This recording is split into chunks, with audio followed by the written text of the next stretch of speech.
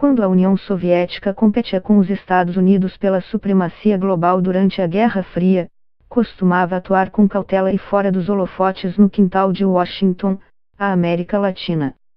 Uma delas foi o recente envio de aeronaves militares russas para Caracas em apoio ao presidente venezuelano Nicolás Maduro. Do outro lado da disputa, Washington apoia os esforços liderados por Juan Guaidó, que se autoproclamou presidente interino do país, para derrubar Maduro. 2 aviões russos com equipes e equipamentos aterrissaram no Aeroporto Internacional de Caracas no final de março durante o dia mesmo, sem qualquer segredo, para quem quisesse ver.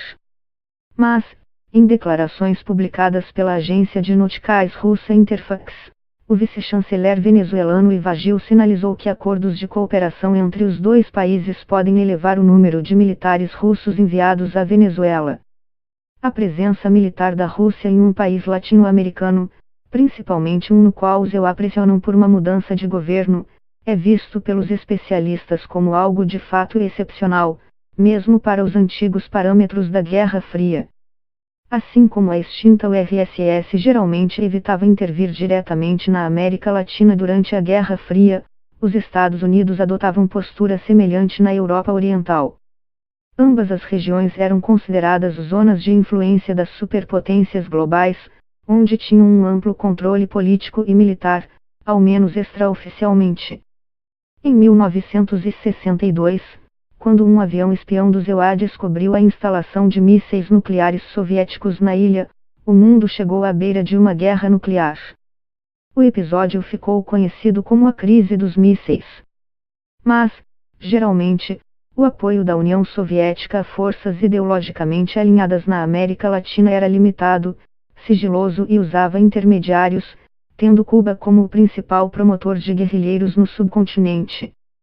Um relatório secreto da inteligência dos EUA afirmou em 1982 que, apesar do interesse existente, a distância geográfica tende a relegar a América Latina, com exceção de Cuba, para a periferia das preocupações soviéticas de segurança. O texto, que perdeu o caráter sigiloso anos depois, indicava que a URSS tinha o Peru como principal cliente de suas armas na região. Mas, segundo o relatório, a relação militar de Moscou com Lima deu aos soviéticos pouca influência sobre as políticas peruanas. Agora, a Rússia dá uma sustentação internacional crucial para Maduro, cujo governo e o de seu antecessor, Hugo Chávez, 1999-2013, assinou contratos de milhares de milhões de dólares com Moscou ligados ao fornecimento e à manutenção de aviões de combate, tanques e sistemas de defesa aérea. Mas ele acrescenta que a presença militar russa no país durante a crise atual mostra que sob Trump, a Rússia se sente encorajada a desconsiderar a ideia de que os EUA têm algum status na área que o impediria de fazer o que fez. Isso, de certo, parece bastante incomum. Implementada pelo presidente americano James Monroe em 1823 e resumida na frase "É América para os americanos", essa doutrina rechaçou o colonialismo no continente e estabeleceu que qualquer intervenção europeia seria vista como uma agressão que demandaria a intervenção dos EUA, que logo espalhou sua própria influência sobre a região. Após o fim da Guerra Fria, o governo de Barack Obama declarou o fim da doutrina Monroe em 2013.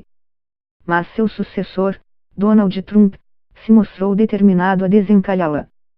A mudança levou a alertas bastante diretos de Washington para a Rússia e a China, e as divergências com Moscou na Venezuela marcam o ponto mais alto dessas tensões.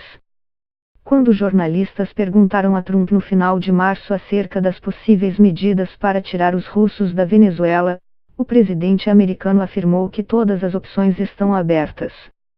Nós alertamos veementemente os atores externos ao hemisfério ocidental contra a implantação de recursos militares na Venezuela, ou em qualquer outro lugar do hemisfério, com a intenção de estabelecer ou expandir operações militares.